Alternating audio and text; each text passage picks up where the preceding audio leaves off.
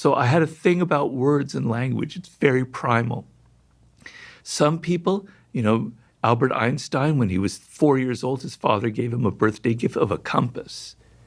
And he was just mesmerized by this compass. The idea that there are invisible forces out there in the cosmos moving this needle. And he's obsessed with the idea of invisible forces. Steve Jobs, when he was like 7 or 8 or maybe younger in Burlingame, California, his father, they passed by a store with technological devices in the window. And he was just hypnotized by the design of those devices and the glass tubes and everything. So he wanted to go in that direction. Tiger Woods saw his father hitting golf balls in the garage, and he was just like screaming with joy. He had to do that, right? I could give you a million different examples of this. Of course, these are people who are famous, obviously. We can go back and find that. It's easier. But what happens to you, and please cut me off if I'm going on too long here. No, please continue. Okay. Please. What happens to you is you're 7, now you're getting older, and you're starting to not hear that voice anymore. You're hearing the voice of your teachers telling you, you're not good at this field. You need to get better at math.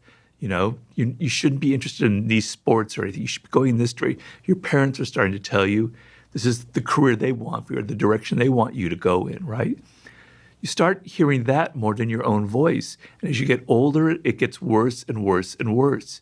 Then when you're a teenager, it's all about what other people are doing, your peers, what's cool, what's not cool, And that kind of is more, so all of this noise enters your brain, and you can't hear that anymore. You don't know who you are. And so you go to college, you kind of maybe choose a major that seems practical that your parents want you to go into. Maybe you kind of wander around, you're not sure. And then you enter the work world without that inner radar that I'm talking about, and brother, you're lost, right? Where should I go? Well, I need to make money, right?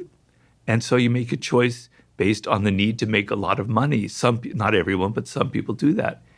And I understand that need. We all need to make a living, but that can set you off on a very bad path because you're not connected emotionally.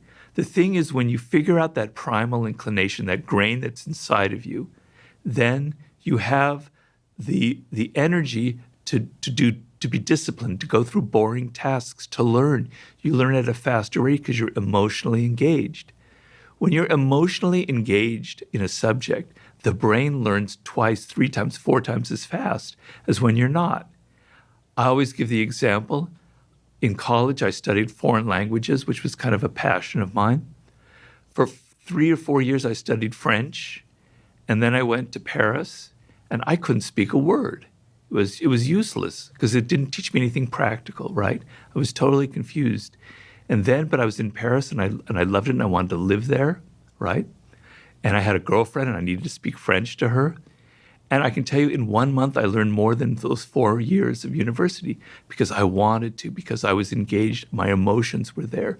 It was like I had to survive to learn French. So most of us, we don't have a need really to learn this subject. We're paying half attention. But when you find that thing that really connects to you, you're paying deep attention. Your emotions are engaged. You're learning at a much faster rate.